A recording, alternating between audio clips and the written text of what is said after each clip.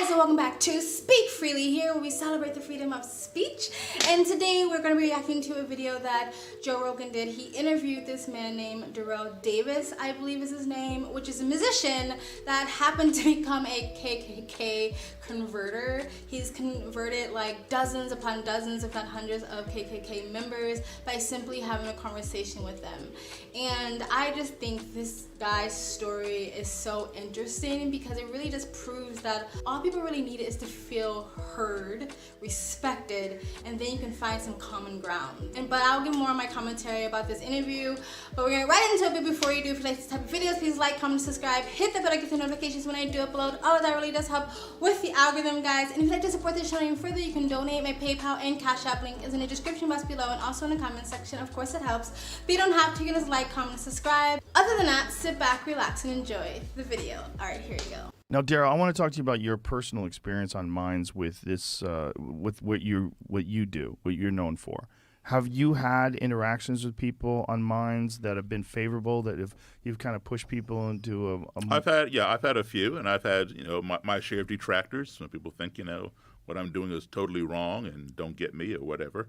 But yeah, I've had interactions with some people. When you say like people have said it's totally wrong, like what kind of criticisms do they have for that? It depends upon where they're coming from. Some people think it's not my job to teach white people how to treat us. Us meaning black people. Mm-hmm. Others think it's ridiculous to sit down with a white supremacist. Why would you waste your time? Those people can't change. But do you point to your success ratio? Because it's pretty amazing. Oh yeah, I point to that. But a lot of people, they don't see that because they would not tolerate the time to sit down and have somebody tell them some nonsense that Jews are the childs of the devil or some crazy things like that. I will sit and listen to that, and I will put up with it. Because in order for me to speak my mind, I have to listen to somebody else's. Yes. Right? So they're not willing to put in that time. I am. How many email dialogues? Oh God, I get emails all the time. I get emails from people I don't even know. I even get emails from people who've seen me on podcasts or on TV shows. These are white supremacists, Klansmen, whatever. And say, you made some sense. Would you like my robe? I've even gotten robes and hoods in the mail from people I don't even know. Yes. Yeah. I think there's a lot of sad people that just need a group of people to belong to, and they'll decide that what these people are saying makes sense because at least they'll be a part of it now. Let me explain something to you. One's perception, as you already know, one's perception is one's reality. Okay? You cannot change anybody's reality. If you try to change their reality, you're going to get pushback because they only know what they know. Whether it's real or not, it's their reality. So what you want to do is you want to offer them a better alternative perception. And if they resonate with your perception, then they will change their own reality because their perception becomes their reality. Just a quick example. Let's say you got a 7 or 8-year-old brother, right? And he goes to a magic show with his buddies. And he comes back and tells you, Joe, this magician, he asked for a female volunteer and 50 women raised their hand. He picked up this one, come up on stage. He told her to climb into this long box and stick her feet out that hole and put her head out this hole. And then he closed the lid, told her to wiggle her feet, and she kicked her legs. And he took a chainsaw and went and cut that box in half. He cut that woman in half.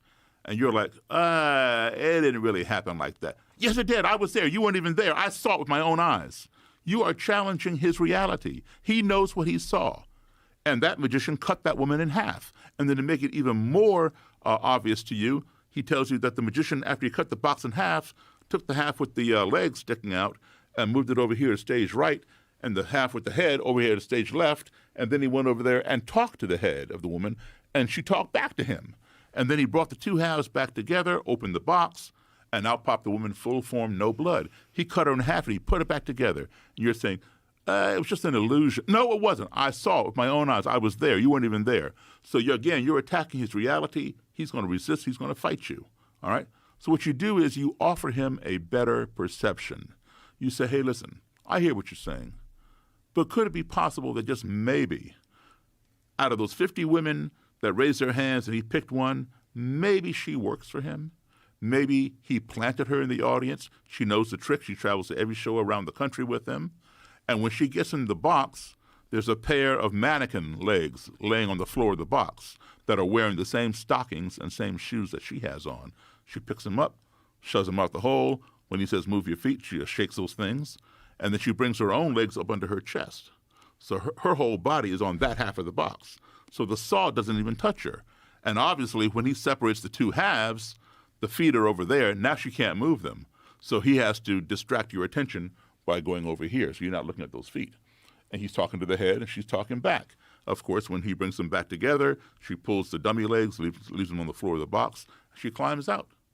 And then your brother says, I guess that would be the only way that would work. You've offered him a better perception, and that perception then becomes his reality. So don't attack somebody's reality, regardless of what it is, even if you know it to be false.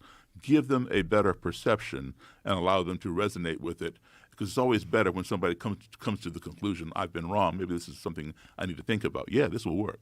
Stopping it there, I think his musician trick analysis was a perfect analysis when it comes to perception being reality. And I think that's so crazy when it comes to human nature. Like, you can literally be looking at the same exact thing and two people can walk away having completely different perceptions of what happened, and that being their reality, right? And this is why it's so difficult for people to come together. First of all, a lot of people just don't have the patience or the tolerance to sit there and spend hours and hours with someone trying to change their perception, or not change their perception, or give them a better option and explain things in details, because a lot of people don't even know the details themselves. But it is really hard for people to come together and have these conversations, because a lot of people just don't have the time, the patience, or the tolerance. There's too much emotions, there's too much animosity, and people can't come together and have these conversations. But it's so true. Me and my friend pretty much kind of like had a bit of a falling out, because like she will say, oh, Donald Trump said both sides, there were good people on both sides when it comes to the Charlottesville thing.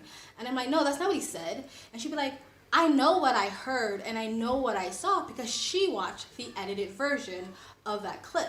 I watched the entire version of that clip. So for me just to be like, that's not what happened, which is what I actually did, and she immediately gets defensive, because she's basically saying, are you calling me a liar? I saw what I saw, I heard what I heard, I know what I heard, I know what I saw. That is her perception, that's her reality. It's not the fact, it is not the truth, because it was an edited version of the video, right? But the thing is, sometimes giving people a better option works, and sometimes their cognitive dissonance kicks in, or sometimes just the loyalty to their ideology and their tribe will not allow them to sway in any direction, even if you hand them a better alternative or more facts or more information. A lot of people will still be like, yeah, I don't care. Like, yeah, he might have said that, okay, they edited it, but he's still a racist, so I don't care. You know what I mean? People will still hold on to their emotional ties to whatever belief system they had. However, I think that it is better in his way to try to have these conversations and give people better options. And this is not the first time Mr. Davis has interviewed with Joe Rogan. I don't know if he goes into this interview or not, but Joe Rogan kind of hit on it. But he did say, like, things like skinheads or the KKK, a lot of them are just like gangs or gang affiliations that are in like the hood or the ghetto or like bad neighborhoods or low-income neighborhoods, which they groom little kids. They go after little kids, little boys, usually sometimes girls, and they groom them and they love bomb them and they, bring them into the community. And a lot of times these young kids or teenagers, they will join these gangs because they feel like they have no family, they have no tribe, no community, have nowhere to go. So this is better than anything, and I will just accept whatever the narrative that you guys have so I can be a part of that community and that tribe. A lot of times skinheads or the KKK community, they would do the same exact thing. They go after young men usually who are from broken homes, who don't have fathers, who feel a little bit lost, who feel like outside of society, and they will basically groom them, bring them into the community, love by them, say like, you are the best, we are your family, we're your community, because they have nowhere else to go. They stick to this community and just sort of like believe whatever narrative they're given, because so they can stay within that tribe, so they can stay within that community because they have nothing else. So a lot of times you just give them some respect, some attention, and some love, you know what I mean, and another alternative, and they will leave that toxic community. And he talked about some, KKK or skinheads or whatever KKK members giving him their robes, which is essentially them denouncing and leaving that life behind, leaving that community, and leaving that toxic mindset behind. And the thing is, white supremacists, KKK skinheads, they're not the only group of people that have extreme ideas when it comes to people's races. A lot of black extremists and a lot of black separatists have very extreme ideas when it comes to white people. I'll talk about that in a different video, but like stuff that is like, they're not human, God didn't create white people, they're like demons and all this stuff. Like, this is, when you go to either extreme, they're both bad, but it seems like when it comes to the narrative, when it comes to the media, when it comes to the mainstream, they only focus on the extreme right end of things and not the extreme left end of things. You know what I mean? But anyway, let's continue. It's a perfect example of not silencing people's ideas, but giving them better ideas. And this is what the answer to censorship has been. Exactly. I'm interviewing a Klan leader, white supremacist, right? And I asked, how can you hate me? You don't even know me. All you see is this.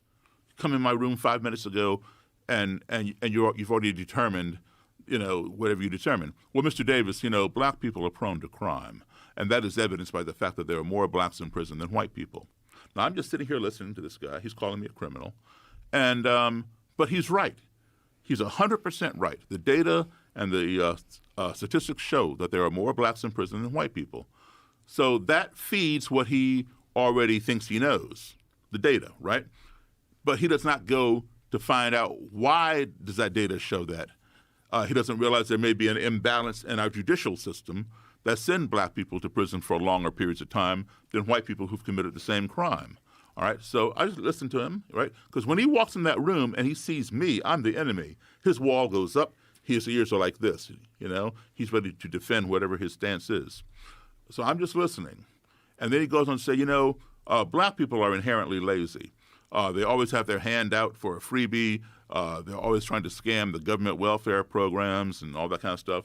So now he's called me a criminal, and now he's calling me lazy. And I'm just sitting here listening. I'm not pushing back. And then he says, and black people are born with smaller brains.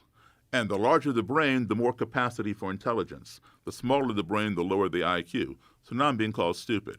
Now, it's what he says that this is evidenced by the fact that every year the data shows that black high school students consistently score lower on the SATs than white kids do. Again, he's 100% correct. That does show that. Right? But he doesn't realize why. All right? Where do most black kids in this country go to school? In the inner city. Where do most white kids go to school? In the suburbs. It is a fact. Suburban schools are better funded. They have better facilities, better teachers, etc. I will guarantee you, white kids who go to school in the inner city can score just as low as those black kids, if not some lower. Black kids who go to school in the suburbs can score just as high as the white kids, if not higher. It has absolutely nothing to do with the color of the student's skin or the size of the student's brain, but it has everything to do with the educational system in which that child is enrolled. But of course, he won't go to research that because the data already supports what he already believes, that I'm inferior. So now he's called me all these things. I've already done my research on him. I know this guy sitting across from me just barely made it out of high school. I have a college degree. So do I throw that in his face? No. But because I sat there and listened to him, that wall is coming down. Because you cannot impart information to somebody when the wall is up. It's like hitting a brick wall. You want that wall to come down, and then the ears open up. So now he's exhausted all his vitriol, and now he's wondering, like, how come this black person isn't pushing up against me like most of them do? And he's curious as to what I think about what he just said. So now the wall is down, and he feels compelled to reciprocate because I sat there and listened to him insult me. So now it's my turn. I could go on the offense and say, no, you are the one who's a criminal. You're the one hanging black men from trees and dragging them behind pickup trucks and bombing their churches. And I would be 100% correct because the Klan has over a 100-year history of doing that. But if I did that, that wall would go right back up. So I don't want that to happen. I want to keep the wall down and let him hear what I'm saying. So I say, so rather than go on the offense, I go on the defense. And I say, listen, I hear what you're saying. However, I don't have a criminal record. And I'm as black as anybody you've ever seen. So I don't have a criminal record. I've never been on welfare. As far as my brain size goes, I've never measured the size of my brain, but I'm sure it's the same size as anybody else's. And as far as my SAT scores go, they got me into college. Now, I already know that he doesn't have a college degree. I do. Does it make me a better person than him? No. But it gives me a better experience, right? So I let him know this. He goes home and he thinks, just like we all do at the end of the day, we reflect on what we did during the day. He thinks, man, I just had a 3-hour conversation with a black guy, we didn't come to blows. And what that Daryl guy said, it makes sense. Oh, but he's black. But what he said was true. Oh, but he's black. So they're having a cognitive dissonance, right? And they struggle with that for a while. And then they have that dilemma. I got to make up my mind, what am I going to do? So the dilemma is, do I disregard whatever color he is and believe the truth because I know it to be true and change my ideological direction? Or do I consider the color of his skin and continue living a lie? In most cases, people will follow the truth. But then there will be those who don't want to give it the power or the notoriety or whatever, and they will follow the lie. I agree with Joe Rogan. The way he's doing it is brilliant. And I would say Mr. Davis is 1 in a million. Most people will not have the tolerance to sit there and hear someone constantly insult them or throw these half-baked truths at them and basically trying to belittle them in some way, and have the patience to listen and the understanding to understand where he's coming from, and then instead of being defensive, like basically try to state facts right in front of him. I'm black and I don't make any of those stereotypes that you just mentioned, so now what? And I agree, like if someone already thinks that you're the enemy, they're going to have their walls up, they're not going to listen to you, and they're not going to be willing to have a conversation with you. Kind of reminds me of like super Bible thumping people that's on the corner going, you're going to hell, your sins are making you go to, you're going to burn in fire, hellfire, and then they try to stop people on the street and talk to them. Like, why would anybody want to talk to you when you literally just judged the entire population with this giant picket sign, and some of them say worse things about homosexuals and stuff like that? Like, no one's gonna stop and talk to you when you already feel like you have judged them, like just because you just think you're better than everyone and everyone else is going to hell. Like, no one's gonna talk to you when you already feel like you're judging them, right? So you have to come to them as a human being, as a respectful one-on-one, as a we're on the same level, right? Not that you're better or you're smarter or you have more information. Even if you do, like even if you are more informed than that person, if you come off like that, they're gonna already be defensive and not listen to anything you have to say anyway, which is a really hard task for a lot of people to do, including myself. And a lot of the stuff he was saying, like the KKK guy said was facts, but they were half facts. And a lot of white nationalists do this too. I did a video on this channel, I don't know how, like a year ago, and I don't know how far back it was, but I did a video because this is when racial IQ was kind of really big in the YouTube sphere, and a lot of people didn't want to like touch it because it was too sensitive, and so a lot of white nationalists was using that to like prove their point. But a lot of the stuff they were saying was half truths. For me, I like to listen to these type of videos because like it makes me go, okay, let me go look at this so I'm more informed. So like him, if I'm ever in a conversation with someone that is saying these things that are factual, but I know they're half facts, they're the full facts, so I can have a better understanding and have a better, even though he's not saying debate, but have a better debate or conversation with this person because I know where they're coming from, but I know the other half of it, right? Anyway, let's continue. The way you're doing it is brilliant because you're doing it so patiently, and contrary to the way most people handle arguments. Most people handle arguments by trying to shut down the other person's argument and shit all over them instead of trying to, what you're saying, offer an alternative perspective, which is really probably the only way to get people to think about things in a different light. And Joe, that comes from the fact that I've done a lot of travel, okay? I've been exposed to people from all over the world, and we all got along. We all got along. Every white person in the world is not like every white person in this country. Right. Every black person in the world is not like every black person in this country. My favorite quote of all time is by Mark Twain, or otherwise known as Samuel Clemens. It's called the Travel Quote. And Mark Twain said, quote unquote, "Travel is fatal to prejudice, bigotry, and narrow-mindedness, and many of our people need it sorely on these accounts. Broad, wholesome, charitable views of men and things cannot be acquired by vegetating in one little corner of the earth all one's lifetime." That guy was so good. Wasn't he? He had so many great quotes. Exactly. Isolation. And so Sam Harris actually did a study that we talk about in the paper about, he did a neuroimaging study of people being exposed to political beliefs different from their own. Stopping it there. I love what he just said. I travel abroad, I live abroad. I've been doing this for 7 years, a little over 7 years now, and I will tell you this is completely and utterly true. When you go outside of your bubble and outside of your country, you realize like America is such a fraction, a tiny bitty fraction of the world. If I was one of these black people that was like, all white people are racist, we're like, we can never get along, they're always gonna be thinking something about me, you know, they're always gonna be doing a microaggression or something like that, I could never travel. I would never enjoy my travels. You know what I mean? And a lot of black people will contact me and go like, how is it there? Is it racist there? I heard they're racist there. Are they racist there? And I would have to be like, if you come to a country with already that perspective or assumption that this country is a racist country, everywhere you look, you will just see racism because you already have that in your mind. And again, like he said, perception is reality. I'll give a quick example. I've been to Malaysia 7 times. I go to the same guest house each time I go to Malaysia, right? It's ran by two little old Chinese couple, right?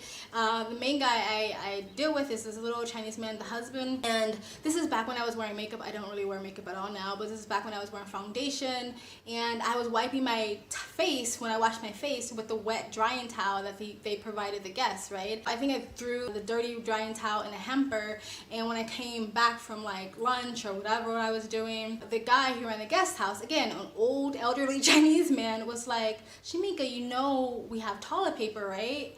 And I was like, yeah. And then I walked away and I was trying to think like, why would he say that to me? And then I realized, because the brown foundation on the white towel, he thinks I'm wiping my butt with the white towel, right? I think it's funny, and I relay that story to my friend who was black. Immediately before I can barely finish the story, she went, oh my God, he is so racist. He is so freaking racist. And I was like, how is he racist? Like, he's an old, elderly Chinese man.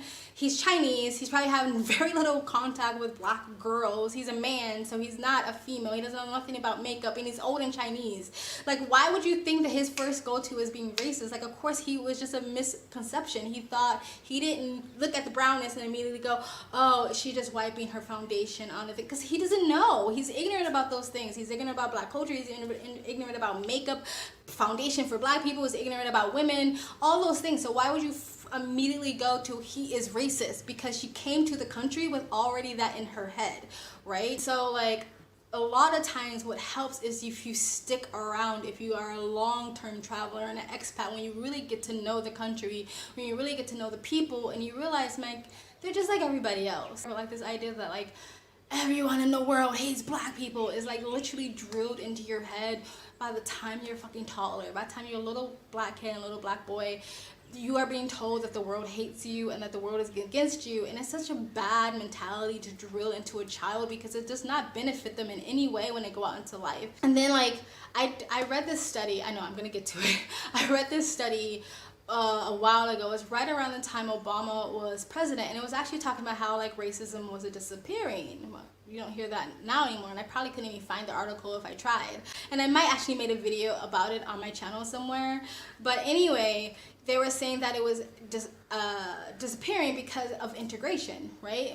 The more diverse that the community, the schools, and the workplace become, it's harder to have racist stereotypes or stereotypes about anything, sex, sexuality, gender, whatever, when you're so intermingled with those people, because now you put a face and an identity to that stereotype, right, to that race, right? So it's like if you're living in Timbuktu and you have no like interaction with black people, and someone just gives you all these stereotypes, but you have no way to disprove yourself because you have no interaction with black people, then it's easier for you to believe those racist stereotypes. The same, and vice versa. If you're black and you have no interaction with white people, it's the same thing, or any other race, right?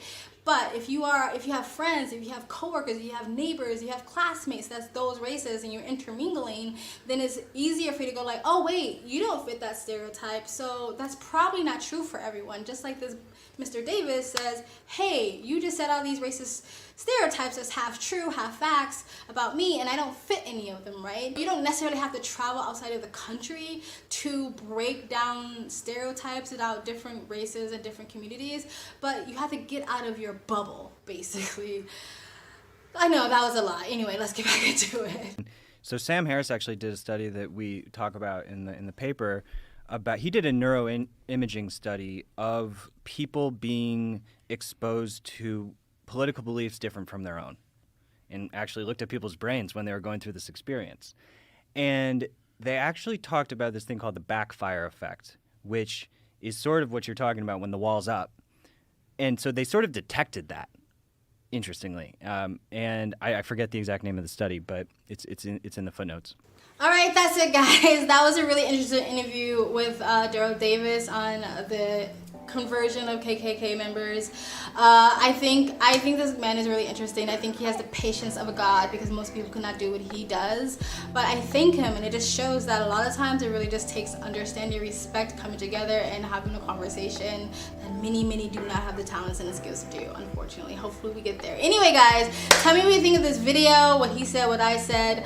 If you made it this far, please like, comment, subscribe, hit that bell to get the notifications when I do upload. All of that really does help with the algorithm, guys. And if you'd like to support this channel even further, you can donate. My PayPal mail link is in the description box below and also in the comment section. Of course, it helps, but you don't have to. You can just like, comment, subscribe. And I also have a second travel vlog channel. I travel as a lifestyle, or I live abroad. If you'd like to know where I am in the world, you can go to the description box below and also in the comment section. Hit the link, go subscribe to my travel vlog channel.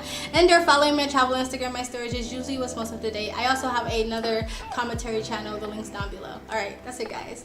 I know you can see the sweat is hot here. Anyway, bye.